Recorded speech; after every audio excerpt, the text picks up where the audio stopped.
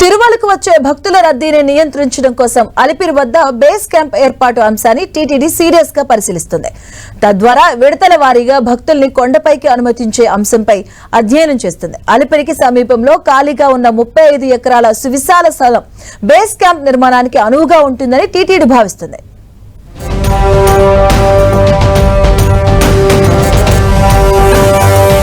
కలియుగ వైకుంఠంగా విరాజిల్లుతున్న తిరుమల క్షేత్రానికొచ్చే భక్తుల సంఖ్య ఏటా విపరీతంగా పెరుగుతోంది. 50 ఏళ్ల క్రితం అంటే 1970 ప్రాంతంలో ఏడాదిలో శ్రీవారిని దర్శించుకున్న భక్తుల సంఖ్య సుమారు 34 లక్షలు. అంటే అప్పట్లో రోజుకు 10,000 మంది లోపే తిరుమలకు వచ్చేవారు.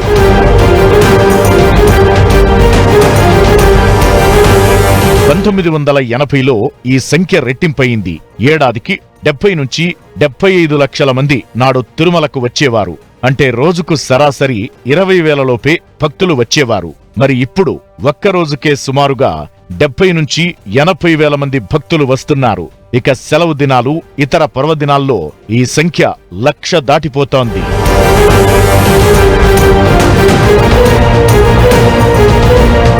రెండు 2024లో శ్రీవారి దర్శనం కోసం తిరుమలకు 2,55,00,000 మంది భక్తులొచ్చారు. అంటే ప్రతిరోజు సరాసరి 70,000 మంది శ్రీవారిని దర్శించుకున్నారు.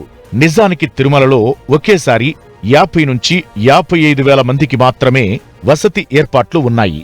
ప్రస్తుతం అంతకు మించి యాత్రికులు వస్తున్నందున బేస్ క్యాంప్ ఎంతో ఉపయోగపడనుంది.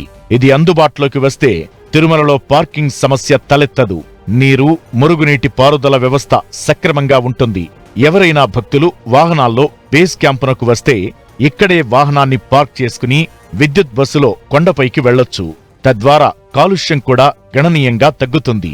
గతంలో తిరుపతి పట్టణాభివృద్ధి సంస్థ మాస్టర్ ప్లాన్లో ఈ అంశాన్ని పొందుపరిచారు. దీన్ని ప్రస్తుతం ఆచరణలోకి తీసుకురానున్నారు.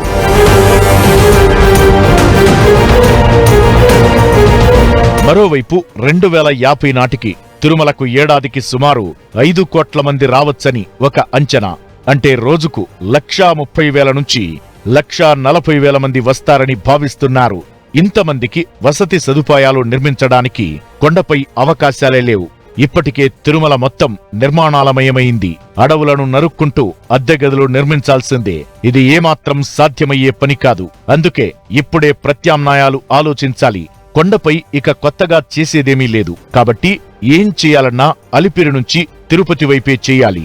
ఇక్కడే భక్తుల్ని నియంత్రించాలి. విడతల వారీగా భక్తుల్ని కొండపైకి అనుమతించాలి. అందుకే ప్రభుత్వం అలిపిరి వద్ద భారీ ఎత్తున బేస్ క్యాంప్ ఏర్పాటు చేయనుంది.